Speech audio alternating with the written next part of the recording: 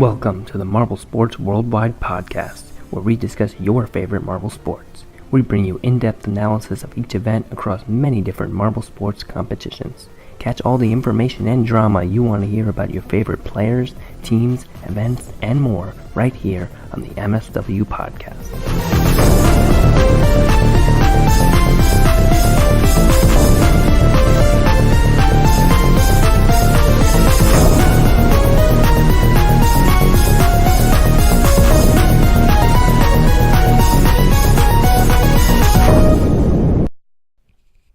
Hello everybody and welcome to the first ever MSW podcast, that is Marble Sports Worldwide Podcast. I am your host Brendan and welcome to our show. Today we have a lot to cover. We have Marblelympics, we have MSPN, we have Marble Mayhem, we have so much to talk about, and the FanMade team competition too. Let's not forget about the drama there. And we're going to hop right into it. So before we start, a little background on me, because this is the first episode. I've been interested in marble sports since 2016, 2017, where I discovered it when I was on YouTube. The first thing I actually saw was the Sand Marble Rally, and it was really fun. It was really cool. I loved the commentary. I loved the creativity of it, and then I was like, I got to keep watching this. And then that led to the Marblelympics, led to, even Marble Mayhem now, MSPN Sports, and many, many other marble sports, budding channels trying to, get their marble sports out there.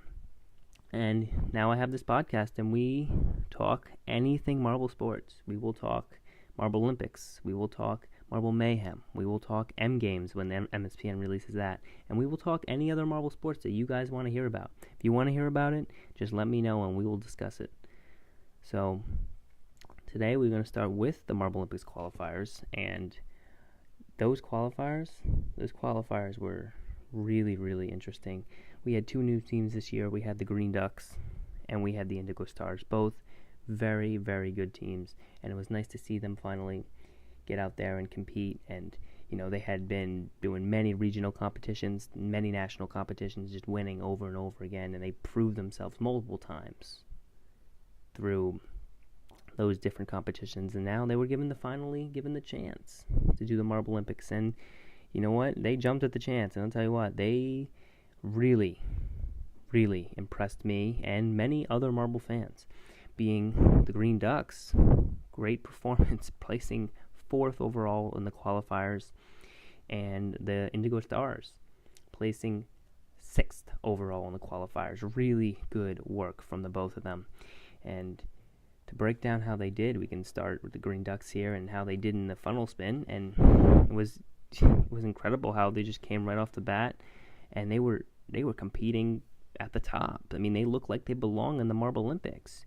You could see in the first little bit of the funnel spin, they were up there in that first funnel for a good long time, competing with top competitors, and they did not at all show like they were nervous and they were worried about this initial competition. I'm trying to pull up that beginning section right now to provide some deeper analysis for you.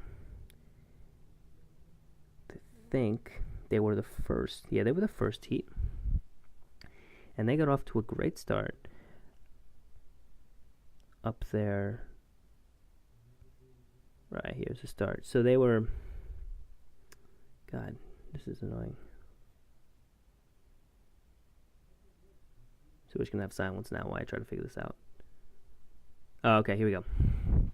Yeah, but anyway, they were in the first heat, and they were, so were the Indigo Stars. They were both in the first heat, and the Indigo Stars performed away. I think they ended around 5th, 6th, but if you take a look at the clip here, you see the Green Ducks, they're up in the top funnel with other teams like the Chocolatiers and the Crazy Cat's Eyes. They were one of the last 3 teams in the top funnel, and then they moved down to the second funnel, and they stayed there for a good long while, letting teams like Mellow Yellow and stuff drop in before them.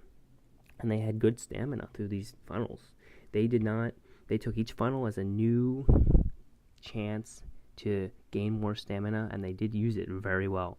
You can see as they go through each funnel, they don't really slip through any funnels real quickly, and that was impressive, especially because, it was their first ever event performance in the Marblelympics. So we're talking big nerves here. They're a new team. They're surrounded by teams like Rangers and Savage Speeders, who didn't actually compete, but other teams like Chocolatiers and Mellow Yellow, veteran team, Cobalts, Shining Swarm, Team Galactic, Crazy Cat's Eyes, you name it, all there, Jungle Jumpers, and they just kept their stamina. They got to the seventh funnel.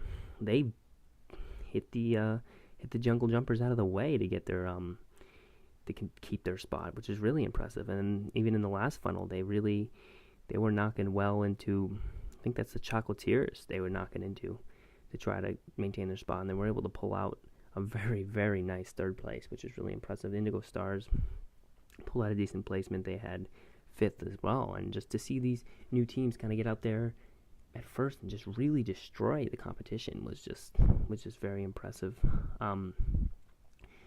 And they didn't stop there. The Green Ducks, just against all odds, against all expectations, rolled right into the second event and got like a world Marblelympics record in the block push. Now, we do have to understand about the block push that they did affect the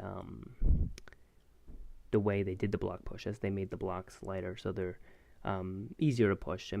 Obviously, if you're a good team at it, you're going to push it far either way, but they made it lighter to push so that it could better differentiate between close pushes between two teams, and so you couldn't really compare this event to previous block pushing events, which made it a little difficult, but still, it was still super impressive. The Green Ducks got a 117 centimeter push. 117, which is really impressive. That was 10 centimeters more than any other push. The second highest push was about 109.7, I think. 109.7, 109.5, one of those. It was just way more than any other team, which was just unbelievable. And just to see a new rookie team come out there and create probably a Marblelympics record for the block push is just unbelievable. They got first place in that event by a long shot. If I want to take a look at their push here, here we go. Their push, they actually were in the same heat as the Indigo Stars, which is interesting. They were trying to keep the rookie teams together, but if you see them go down and you see them push, that first push actually was pretty terrible. That first push was only a 92.1, which was passable. Not really that anything that no. So second push, was only a 92.1. If you look at their first push, it's like, I guess they figured after that first push they didn't need to do anything else. They could just chill. And they did. This first push, though, wow. Look at that speed. Even with just 3 marbles, it was actually an interesting strategy. They had, the first 3 marbles bunched all up together, run into that first block, and really push it as far as they could. And then that fourth marble came in and bumped it at the end to provide some extra, push. And they really did a good job. And then the Indigo Stars, by the way, did not even do that bad in this one thing as well either. The Indigo Stars, their highest push was, I think, a 106.7, which was one of the top pushes in the event. Actually, the second highest push in the event. There was no 109.7, it was 106.7. So the Green Ducks actually beat out every other team by about 12 centimeters. Wow. That is pretty impressive. And the Indigo Stars were just a second place, and that's it. It's pretty impressive how they were able to do that. And that just shows, I guess, rookie teams. If you practice hard enough, you can beat even the veterans. These events are hard. You're going to, even as veteran teams, 3-4 year Marblelympics teams, they're gonna fail. They're gonna get those 95 centimeter block pushes. They're gonna get them because you don't always get that high push. Another interesting thing in the block push, not about the rookie teams, but the Limers. The Limers also came through with a really nice push in their second push and is actually able to pick up second in this whole event. Their first push was awful. It was a 97.2 centimeter push, but the second push here was really impressive, and it was good to see the Limers do something, noteworthy out there. I mean, that second push, they went really far. They picked up, what did they pick up? They had the 109.7. Yes, they did. So, I mean, to see the Limers, who didn't end up qualifying in the end because they're a struggling team. They've been struggling for a while, and it's unfortunate to see them continue to struggle. But to see them get that high performance push there and actually get second place in that event is pretty impressive, or at least nice to see.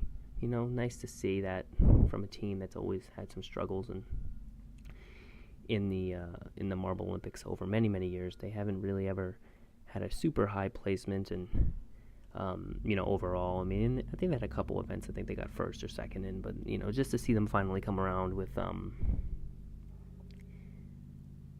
a good event is nice to see. And the Green Ducks, they had in their relay, they actually got second place too, and they just kind of we got to maintain these points, and they got third, second, and first in the block push. I don't think they got second overall, but they got second in their heat.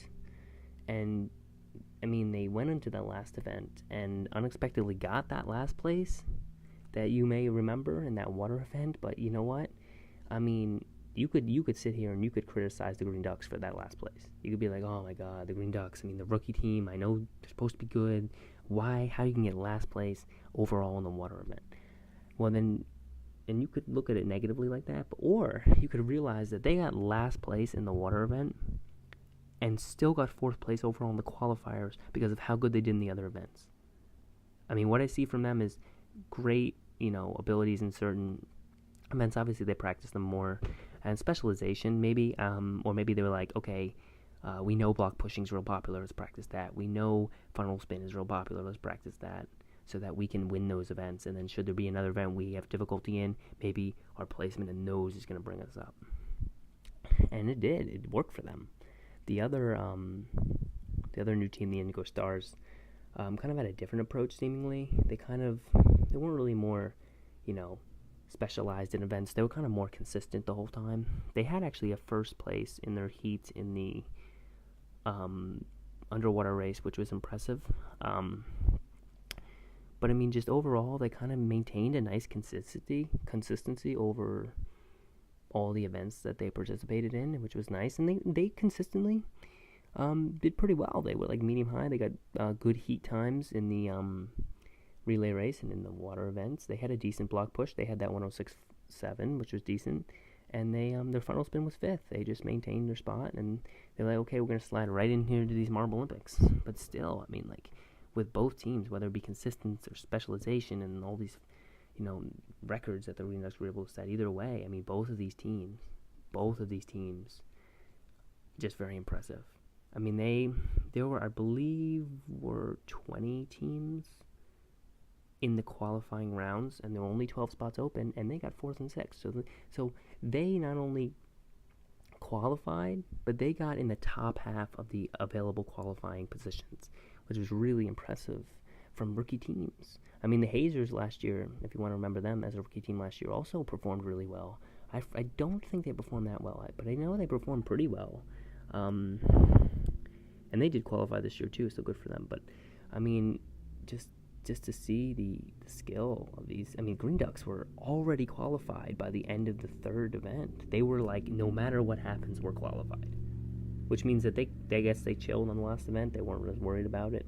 And I don't think they were expecting a water event either. It seemed that they were very uncomfortable and like surprised at the water event they competed in.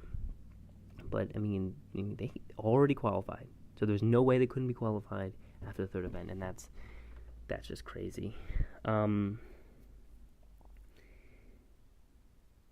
notable things happening during this competition. I mean, there was the fan disruption by the Limers team.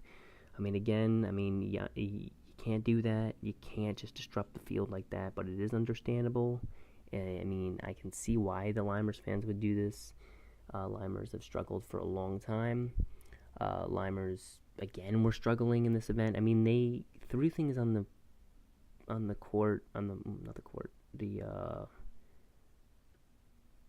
race track for the relay race, about halfway through and actually messed up their own team's heat as primary could not get off the second block, and they couldn't even get a redo on the race primary, but they were saying it was the Limers debris that they threw on, and we don't know really what was going on there. But the fans started fighting, and it was a big upset. But the Limers fans were just angry. I mean, maybe they were excited at the good placement and the block push, but it really didn't seem kind of uncalled for. I mean, it seemed like the Limers had a chance to maybe qualify. But then they throw things on the field. I'm sure the Limers team got upset. I'm sure the Limers coach was all in shambles, and now they're not even qualifying this year. I mean, it's a shame. I don't know if it was because of the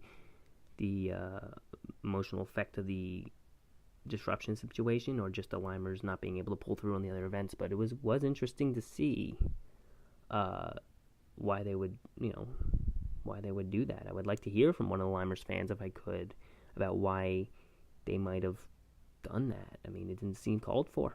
It didn't seem like anything would call for that sort of action. Another very interesting part about this is the sheer closeness of almost every underwater race heat. I mean, 3, 4, and 5 were all really close. They were like photo finishes, and that one race, Heat 5, where the Rojo Rollers just came from 4th place to the end in like a burst of speed at the end, and then you could see Mellow Yellow and Rojo Rollers crossing literally at the same time, and they had the same time down to the 100th of the second, 100th decimal. I mean, that was really close, and it was very exciting to have something like that happen. I mean, if you're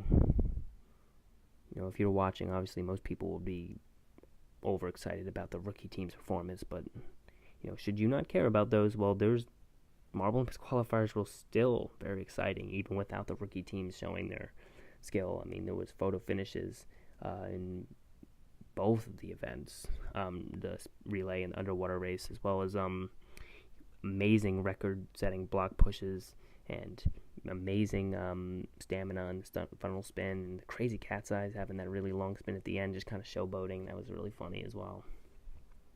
But yeah, I'm taking a look here at the 5th heat of the underwater race, and I can see Rojo Rollers, like they're in 3rd and 4th place most of the race, and it was really impressive to see them shoot up in the end. Because I think they were coming down here, and I'm trying to see exactly what happened here, but they were lagging behind quite a bit, and there was like a 3-way tie, and then they all of a sudden they draft behind all 3 marbles and come up to the left side and almost curl around Mellow Yellow. Very impressive finish by them. And yeah, those are your qualifiers. We have, I think I can get a list here of who's qualified. Yeah, we have I mean, just in case you don't know, I will read them off to you, so you can know who qualified. We have the Hazers qualified. Hazers actually got first in the overall event, so pretty impressive to see a former rookie team just shoot right back up and get first in their second year in the Marblelympics. I mean, these younger teams, we're really seeing a lot from them.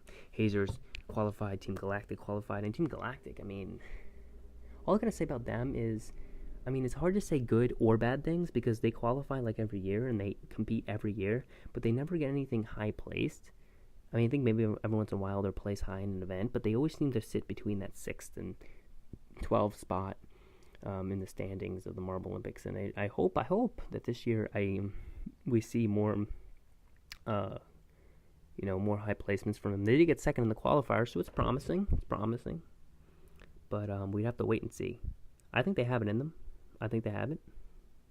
But, I mean, in the past, they always seem to crack a little bit and kind of end up in the middle of the pack there by the end. So I'm excited to see how they pull it this year. Crazy Cat's Eyes for me. First of all, they qualified and finished 3rd overall. That's the team I think is going to come out of their shell this year, or come out of their fur ball this year, because they had an amazing qualifiers. They first in the frontal spin. I think they got first or second in the underwater race. Their block push was but it was good enough. They showed they were still competing. I mean, I think this is the time for them. I mean, they always would sit near the bottom most of the time, these crazy cat's eyes. But I think this is the year for them. I'm excited to see them compete. I mean, the Green Ducks, of course, qualified 4th. I'm excited to see them. Jungle Jumpers were 5th. Indigo Stars, really excited about them as well. 6th. Balls of Chaos, 7th. And Balls of Chaos are interesting because they started the 2018 Marblelympics actually towards the top. You were like, okay, these are going to be front runners the whole time. But then they kind of sunk back towards the end of the 2018 Marblelympics, and I think did they finish 4th or even lower? Between 4th and 7th they finished, and I think it was lower than 4th, and yeah, it was lower than 4th because they're not automatically qualified.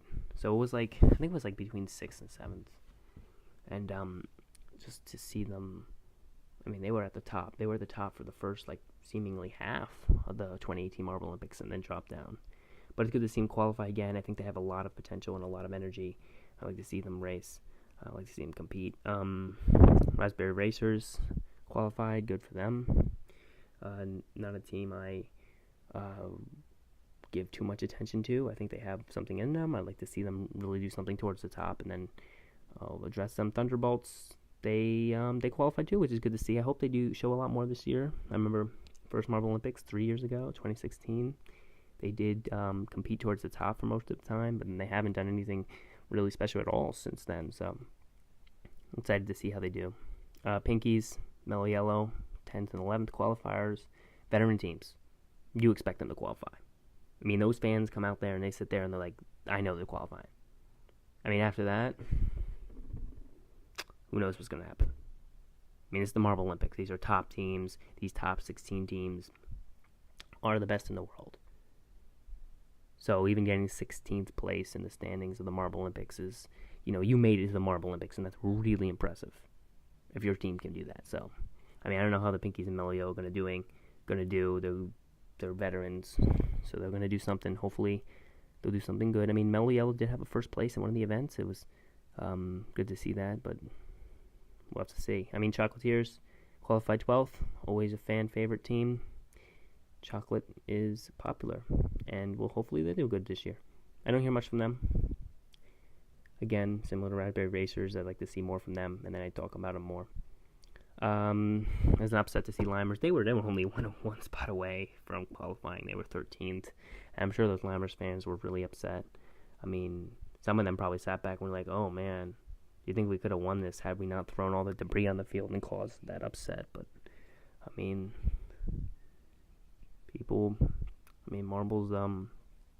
Marbles have their regrets. I mean, this could be a big regret for the Limers team. I don't know what the team's going to say to their fans.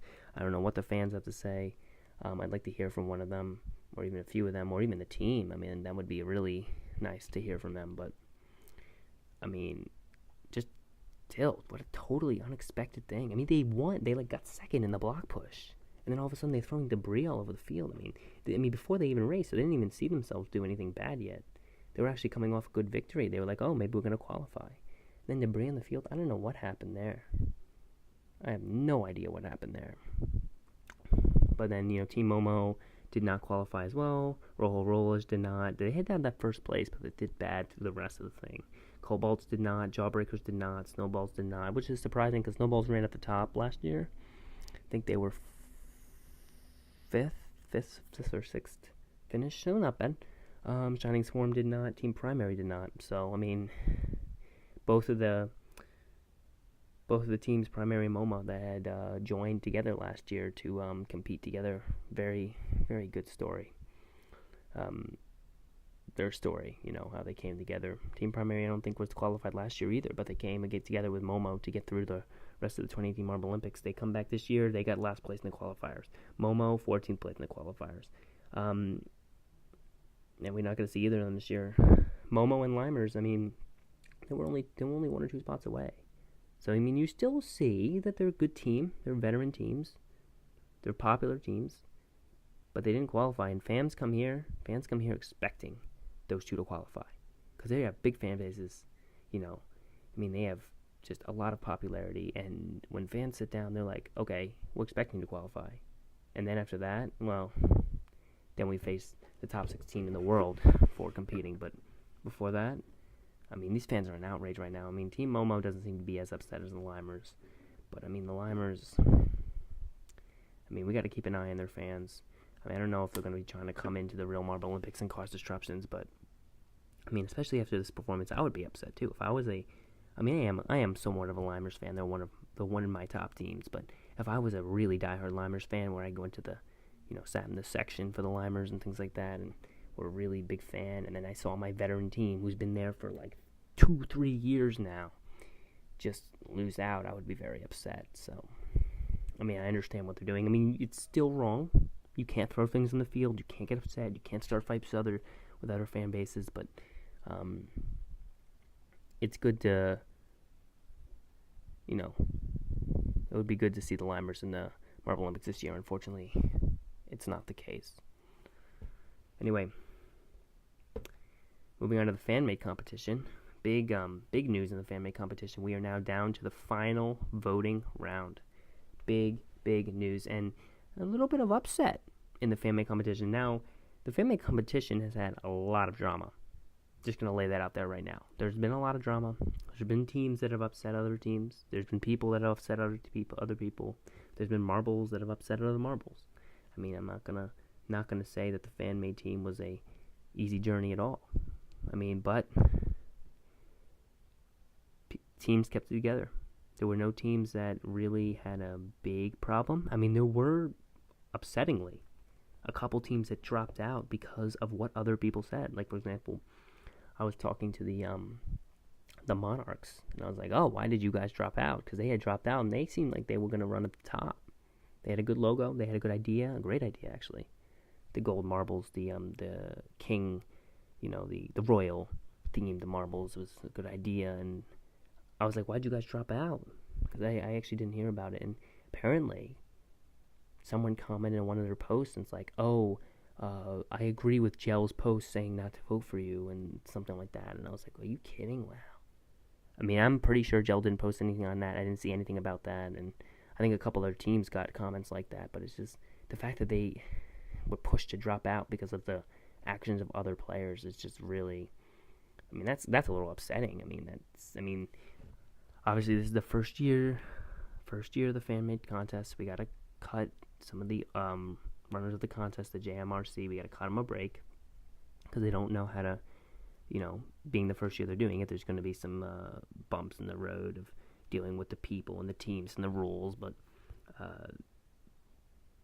just to hear some of the actions of some of the other people, it's a little upsetting. To the teams that qualified, pretty happy with them. I was a little surprised at Knights of the Round, because the Knights of the Round team kind of breaks somewhat from the theme of Marblelympics teams and Marblelympics team themes. I say this because the theme, it's not like a theme of the Marblelympics teams per se, but there's like there's no teams in the Marblelympics ever so far that have had like names of like knights, or like that falls into more of a category like knights and warriors and Vikings. There's never been teams with that kind of style or naming. And I guess it'd be interesting to see that team brought in. I think the team's creative. I do like the team, and I like the logo. My problem with it, though, and this is my problem with some of the other teams, a couple that have qualified and many that did not qualify, thankful that they did not, because the Marblelympics has like a, I don't know how many people like think about this or realize this, but to me at least, the Marblelympics has like a theme of like being removed from the world, or like they don't reference things in the world. Like you never see them reference countries or states or places in our world, or names of things in our world that are more specific than just animals and colors. Like, for me, the clowns skirt on the edge of that other team, they have a nice logo as well, but they skirt on the edge of like talking about something more specific to humans and Earth. The Knights of the Round skirt on the edge of that as well. Knights are something that were created by humans, and It's not just saying something is orange or something is a green duck. I mean, that's more like just non-specific, I guess I'm saying. So, I mean, while I think those teams are fine and should they get in, I'd be like, okay, that's all right. I don't know if it was purposeful or not, but I like how the teams seem to conserve this, or the Marblelympics seems to conserve this, like, detachment from the world type of feel. Which is one of the reasons I really liked it, the way that it does that. Like, I don't hear, like, names of countries and names of teams from countries and, like, names of teams, sports teams I know. Like, I won't hear, like, Giants, and I won't hear, like, Yankees or whatever. And for people not from America, I mean, I'm assuming you could probably agree that you don't really hear types of teams that go with your place that you live. I mean, I know a lot of people probably from Europe, and think about all the soccer teams that or even a fan of. You're not going to hear those as teams in the Marblelympics. You're not going to hear those places mentioned. I mean, oh God, I just knocked over this bottle trying to make a point. But Gel lives obviously there, and he probably knows about the teams, but he doesn't like ever reference them, which is just something I really like. So I like to try to conserve that.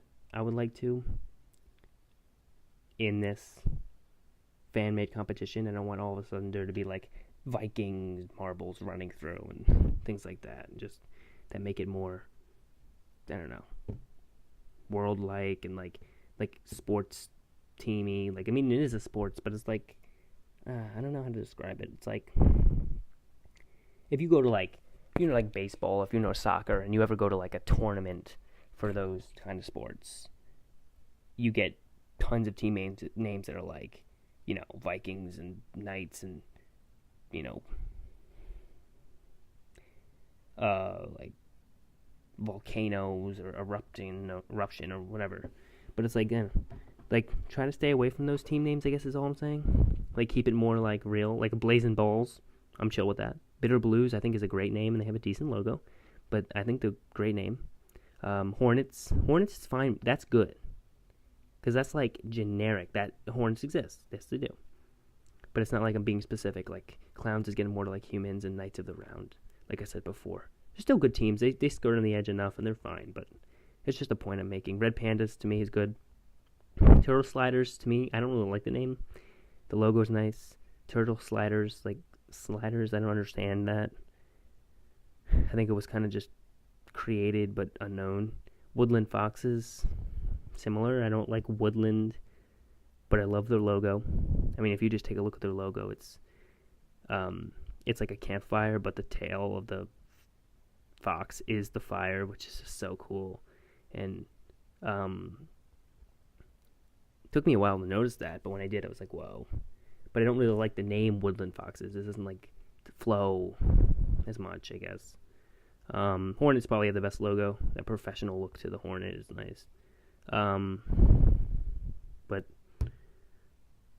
I mean, what would I suggest to vote for? I don't know. I mean, I'm not going to try to affect you guys in the vote here, but I mean, who would I vote for?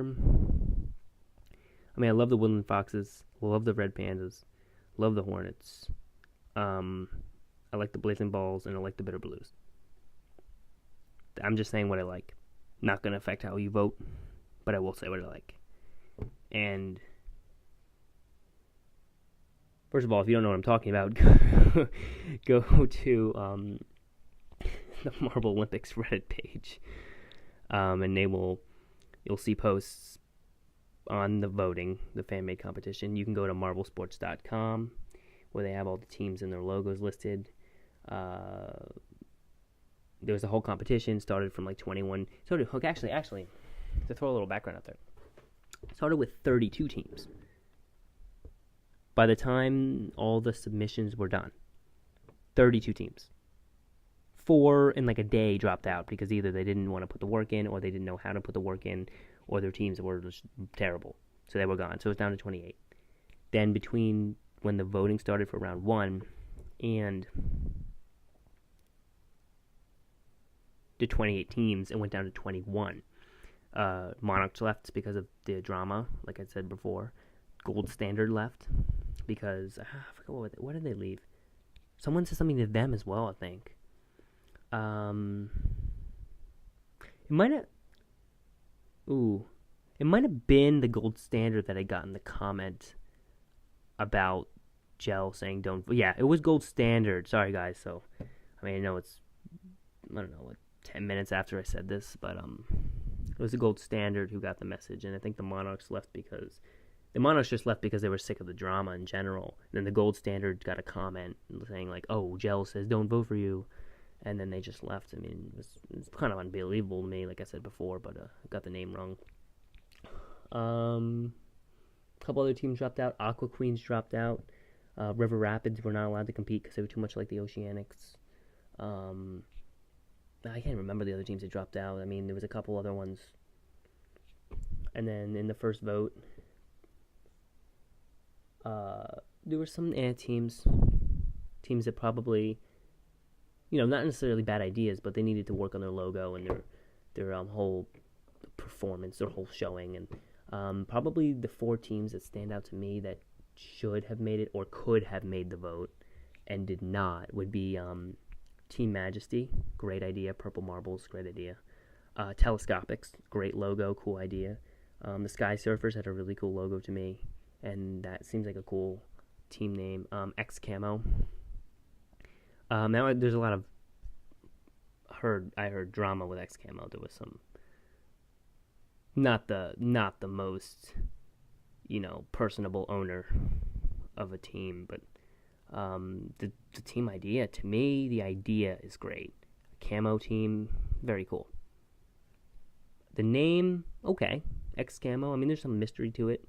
I could see possible change, but yeah, I heard some pretty upsetting things about that. I mean, he was being advertising too much or something like that, and that bothers people.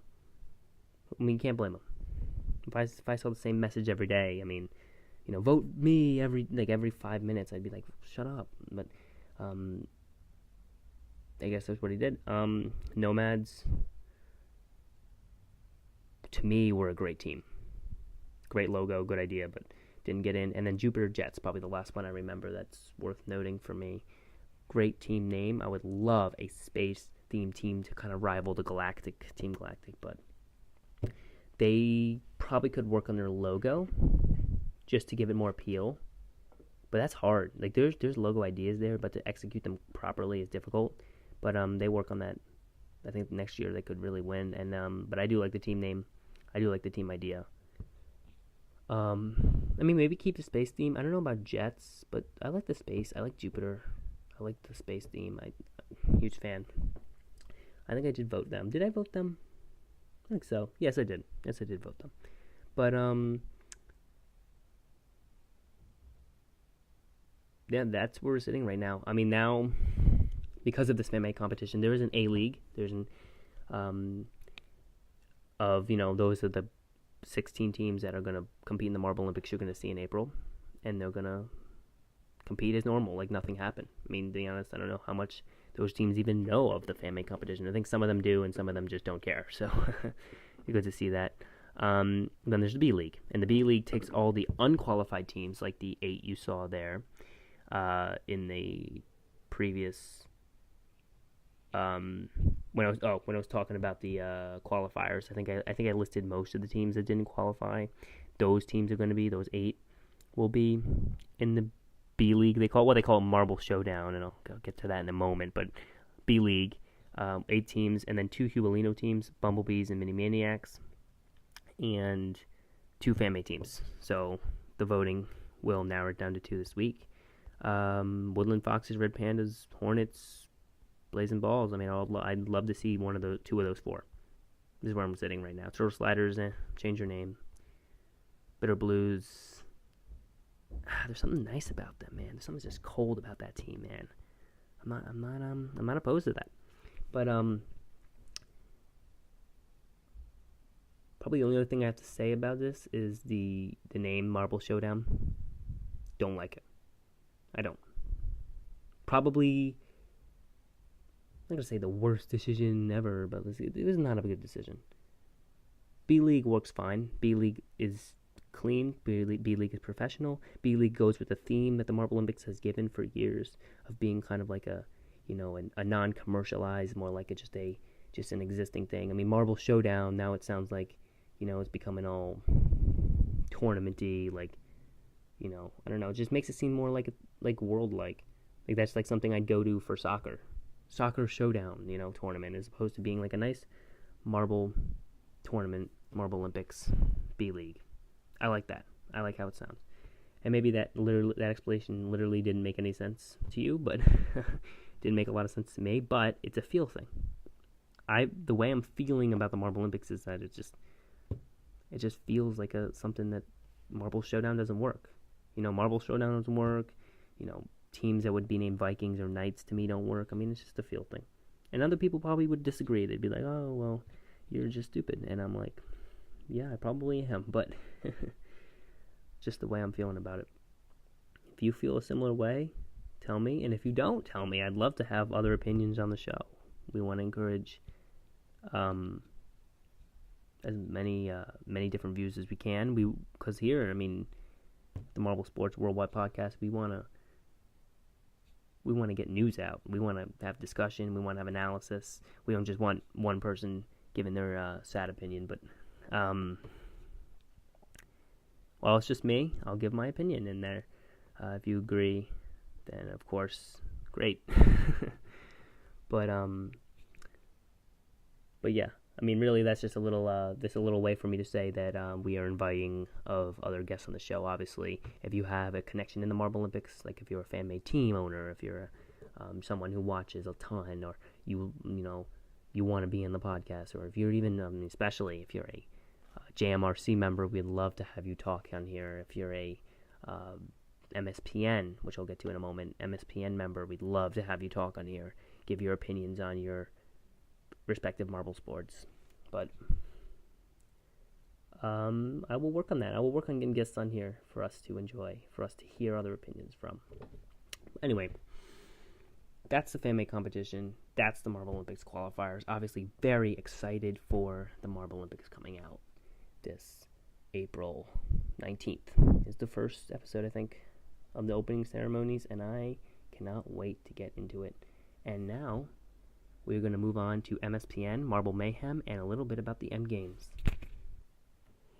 So, besides, of course, the amazing channel, Gels Marble Runs, and his amazing series, the Marblelympics, there are other marble sports channels that some well-known, some not as well-known. One of the more well-known ones is MSPN, which stands for Marble Sports Performance Network. They are a budding new marble sports channel. They've been going for a little bit with their Al Gadou marble tournament called Marble Mayhem. They had 2 seasons already. One of them been a while though. They were both in the Al Gadou style, which is it's like a physics type of emulator. And they made a marble racing very creative. And this year, for Marble Mayhem Season 3, which they now call Season 3D, the competition has evolved into a 3D competition, and highly recommend watching this great show. And there's been one event so far, the downhill slalom, and it was very, very, very exciting. To go over a couple of things from the previous season, should you not completely know. There have been many competitors. Let's see. Why do I have this in letters? That's weird. 1, 2, 3, 4. I have to actually count this now. What's wrong with me? 1, 2, 3, 4, 5, 6, 7, 8, 9, 10, 11. There's 12 competitors in Season 1. Season 2, 16, with the addition of 4 new competitors from the FanMade submission vote thing they did. And not nearly as dramatic as the one going on now for the Marblelympics, but it was a little FanMade competition to get your team in. I guess since it's the first time I'm talking about the MSPN, I will read off actually the players who are playing, just so you guys know. Season 1, the first 12 that participated in this competition, and I'll read them in order of, I'm going to read them here in order of first to last and finishing of Season 1. So first was Helios, second Waterfront, Shimmer, Limelight, Wormhole, Dragon's Breath, Thanos, Brain Freeze, Shockwave, Mic Drop, Polygon, and Igneous. They were the first 12 to compete in the MSPN Marble Mayhem competition. And then the next season, we saw the addition of 4 new marbles. We got Hypnosis, who actually finished 5th in the second season. Camo, who finished 6th in the second season. We had Tide Ad, who finished K in the second season. No, I think that's 1, 6, 7, 8, 9, 10, 11. I really gotta make this numbers. I don't know why it's in letters. 11th in the second season, and Spirit, who finished last in the second season, so 16th, I think. So good to see these events. If you don't know the events, obviously go watch them. They happened a while ago. I will not cover them too much here because they've been old news. But new news. Season 3D. And this season features all 16 marbles that were featured in Season 2. So the new fan teams, as well as the 12 that began Season 1. I don't think there are any new marbles, except for the fact that they all look different because it's in 3D, which is incredible, the way they were able to emulate this. And first event, downhill slalom. Very exciting. To talk a little bit about the downhill slalom, I'll actually give you a good description of this, what this event looks like. It is, trying to get a nice overview of it from the video. I think I got that coming here. Again, should be more prepared for this, but you know what? You're gonna listen to me try to find it. Right, so it's in this nice stadium. Okay, I think I got one. Yeah, so it's a downhill course, of course, and it has obstacles on the other side. Obviously, it's easier if you go look at this and listen to me very poorly try to describe it to you. But there's like diagonal facing walls almost on coming out of either wall on the left and right side of the downhill course, and they kind of face diagonally down and have an opening in between that you can go down. And the opening is about 2 marble widths, 3 marble widths, so it's a very small opening, but they're all lined up. So the goal in this event, especially, well, at least the thing you'd want the most is to see if you could get, if you get your marble to go right through those openings straight from the start, which is very difficult. And actually, we did see that in one of the heats, and I'll discuss it in a moment. But it's quite harder than you think. People get caught up, and even if you just clip a little bit of either side, you get caught up, and then another marble comes down and bumps you out of the way. Now you're way back rolling on the side of the wall, and then all of a sudden you're in 7th, 8th place when you were in 1st. So, and we saw that many times in these heats. We saw many marbles start out in 1st, 2nd place, then hit one miss on the wall, clip the wall, and then all of a sudden slide back up, get hit by another marble, and then all of a sudden they're in like almost last place. But to break this down a little bit, our contestants, obviously I mentioned them before, competed in 3 heats. The top 4 scores from each heat, from each set of heats advanced. So there were 3 heats, 8 marbles competed in each heat, and the top 4 scores advanced to the final round, and the bottom 4 scores went to the consolation round. And to break this down, Helios, first off, who was 1st place in Season 1, 3rd place in Season 2, kind of setting a higher standard here, almost like, we're starting to see, if you want to compare even to the Marblelympics, you see like Savage Beaters or Rangers type skill from him, always running at the top. In Heat 1, showing a similar type of behavior. Helios finishing 3rd. And just trying to see here, get a better, more accurate. Yeah, Heat 1, he finished 3rd. even stayed up there for a while. But over time, over the next couple of heats, he started to finish lower and lower. And all of a sudden, you see Helios finishing last in the second heat and not even close to advancing to that final championship heat. Had to go to the losers heat, where he did perform well, but it was just unbelievable. We saw Marble, who rarely ever even came close to the bottom, like running almost last in the first set of heats and almost last in the final consolation round. It was very interesting to see. And on the opposite end, Camo, who was a newer Marble, came in last year, finished first and third, finishing high in all the heats, and finished first in one and third in one. It was good to see him get out there and make it to that championship round first try as a newer player. There were 4 newer players who did okay. I don't have that standings here. I'll get to those. But to see some of these newer players perform is nice, and just surprised at Helios's just terrible performance in the first event. Obviously, there's many more events to go, but I mean, it was just surprising. Actually, if I've taken a look at the obstacle course here, I think the widths between the blocks vary between the walls, and I think it gets thinner as you go down. So it starts off wider and then it goes thinner and thinner. But if you can get that nice like needle shot right down the middle there, you're gonna actually skip a lot of obstacle blocks as you go down, which I saw a lot of, a little bit, not really the whole course, but you'd see like a Marble skip 2-3 obstacles because of the ability to do that. And one of the biggest highlights of this competition was Thanos' performance in the third heat. Threads the needle.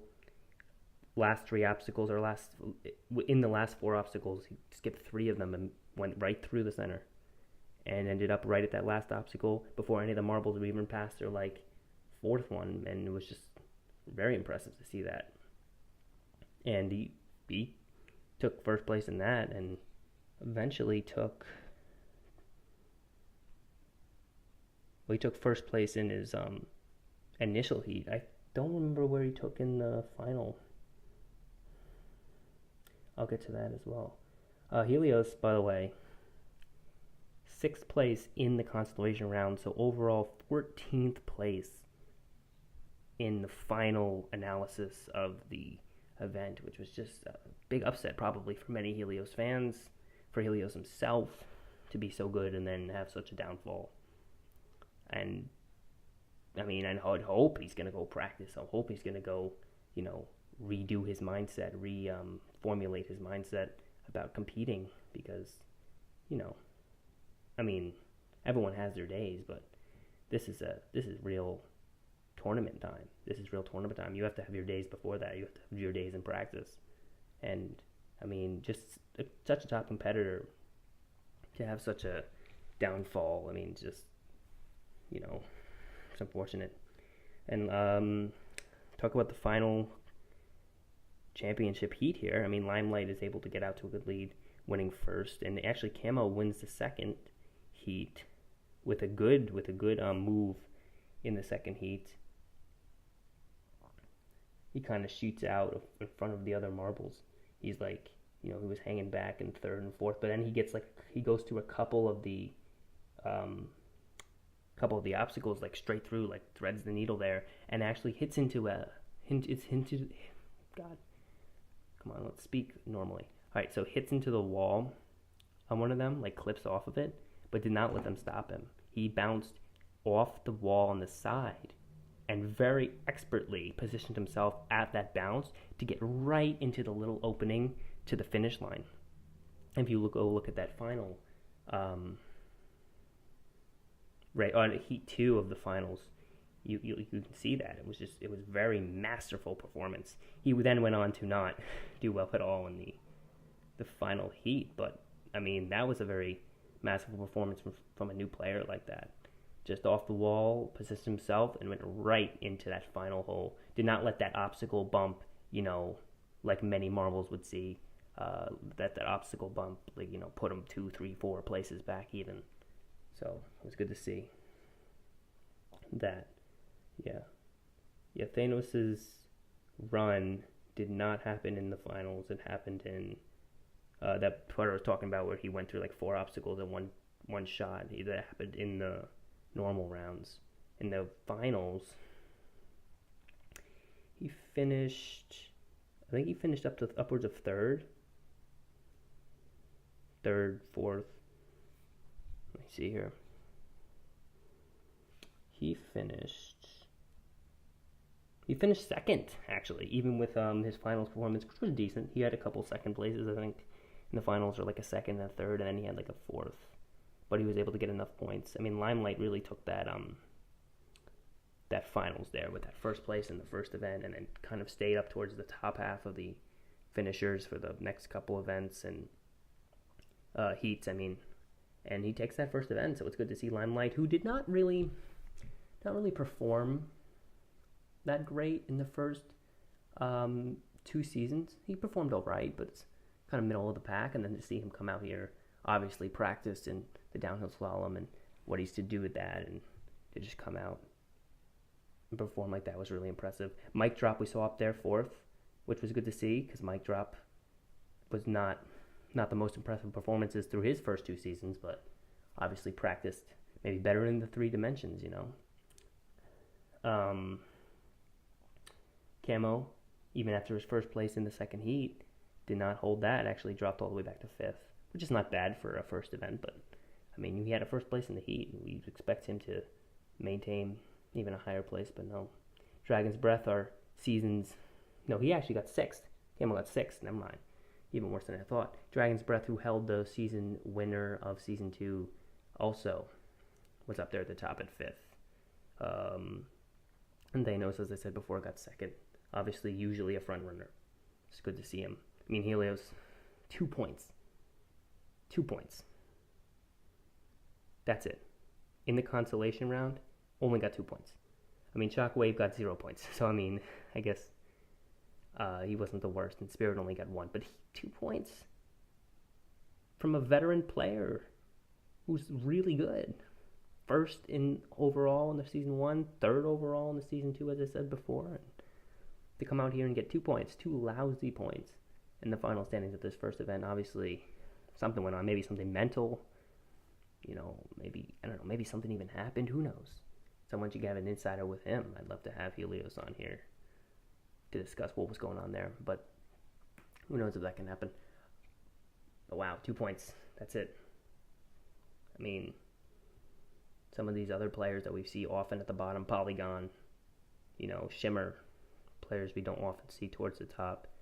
I mean, 5 and 4 points at least, even something mildly respectable, but 2 points, I can't even give any sort of, congratulations in that. That's just like, you need to go home. You need to rethink your mindset. You need to reform how are you going to approach these events, or refocus. I mean, maybe he didn't practice a lot for this one. There are a lot of events in this tournament, and maybe he's going to come back out and win the next 3 in a row. Who knows? But 2 points is not very impressive. So, and that is the Marble Mayhem. That is the news on that. And we await the second event, very excitedly, and can't wait to break that one down, see who can come up in the front end there. And I encourage you to go watch the Marble Mayhem. Appreciates creativity. Watch the seasons before to get some background on these players. And of course, watch the 3D season. Very creative. Of course, to help you understand, to know what I'm talking about. Because you to come on here and not have watched those events or know what I'm talking about, and I'm talking about all these players, you'd be like, oh, what's going on here? But yeah, encourage you to watch those events. We got, like I said before, Marblelympics coming up April 19th. We got MSPN Marble Mayhem going on. We actually got another few Marble sports going on. We have the M Games, which is another MSPN sponsored event, which is not emulated. It is a real marble event. We have, I think so far, eight teams have been set out to be made. I believe at least 6 of them are out. Whiteouts, clovers, mountain tumblers, metamorphics, I believe is one. I'll actually get the see if I can get the teams of that before we go out here. I don't know if they're up anywhere. MSPN, M Games, team list. Who knows? We'll see. Maybe there's already a wiki about it. Is there actually a wiki about this? No. There's. I thought it was a wiki about it, but no, there's not. There might be under the MSPN YouTube. You can check there. I think there was like an introduction video or something about it. I mean, I have to look at that. But be excited for that. It's another highly competitive marble sport coming out. I mean, we know the Marblelympics. We know the Sand Marble Rally, which is coming out a little bit later this year, and the Jubilino tournament, which is going to be exciting to talk about, which will come out probably in the fall around. But to see other platforms creating these high competition marble sports is just really good to see. I don't see anything from them about that. There's some the Marblades, by the way. I'm not going to discuss that because that also had ended a while ago, but very good series. Marblades, and I highly check it out. It's also on the MSPN channel. Highly recommend checking it out. And it was just creative, marbles on Beyblades. But yeah, I don't see the team. I think I know where I can find it. I have to go all the way there, but I will do it for you guys. I will find you the teams out, and then for those of you who actually know the teams already, and I'm just wasting your time, well, then I'm sorry, but I will find these teams. For the ones who don't know, I care about you. Let's see. Teams. If I can't find this, I'm going to be upset. M Games Talk.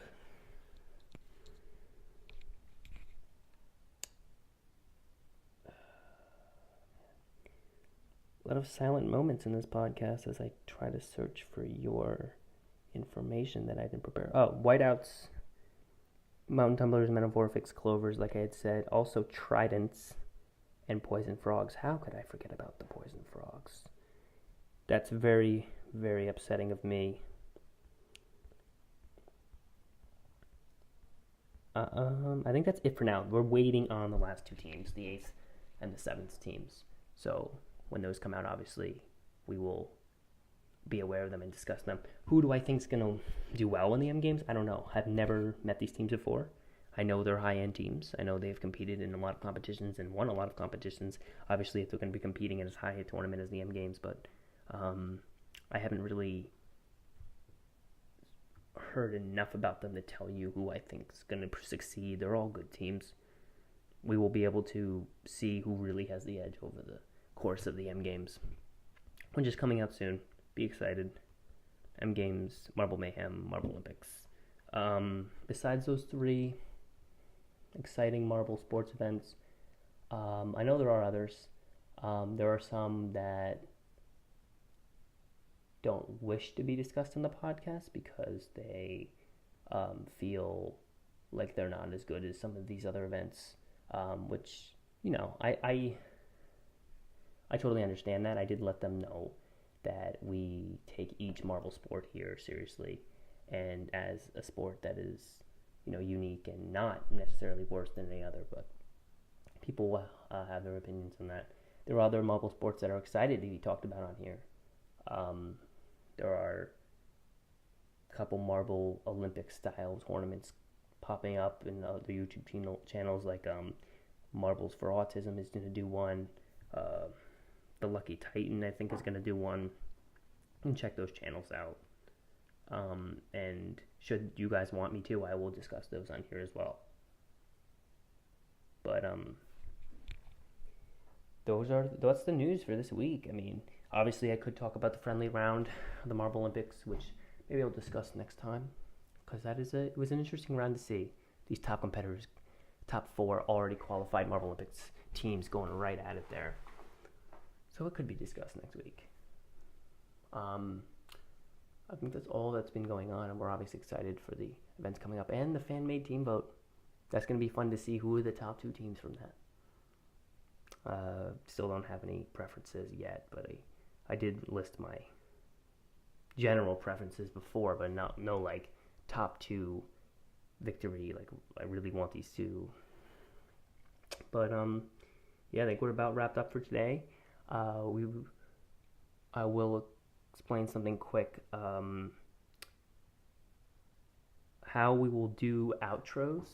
The outro for the podcast is a style I'm just going to try here. Each podcast, my plan for the outro is to pick a different song that either I think is cool, or I think is funny, or I think is just a song that should be heard, and I'm going to end the podcast with that song, like the full song. So if you guys don't like that style, if you guys would rather a different style, please let me know. I'm open to any ideas, but I don't have an outro in mind, so I figured I'd do that. Get some of the cool songs I think are cool out there, some of the artists out there, and how I'll do it, I'll just, when I end whatever I'm saying for the podcast, I'll be like, oh, we'll go to the outro, and our outro song is, I don't know, Sonic Blaster by F777. Artist F777. Just so you know, you guys know what's going to be heard here. But yeah, that's just the style for now. If you guys want to change, you guys want something different, you let me know. I'm open to ideas. I'm open to suggestions. You can contact me at the Twitter at Guy Marble, Guy with 2 Y's and Marble. And you can email me at bpearson983@gmail.com, because I don't have an MSW podcast email yet. I can make one of those.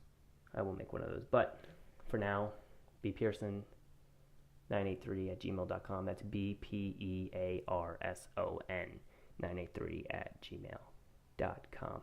And we will go to the outro, and it is today's outro song, Sonic Blaster by the artist F777. And we will see you next time on the MSW podcast, Marble Sports Worldwide podcast. Have a good night, guys.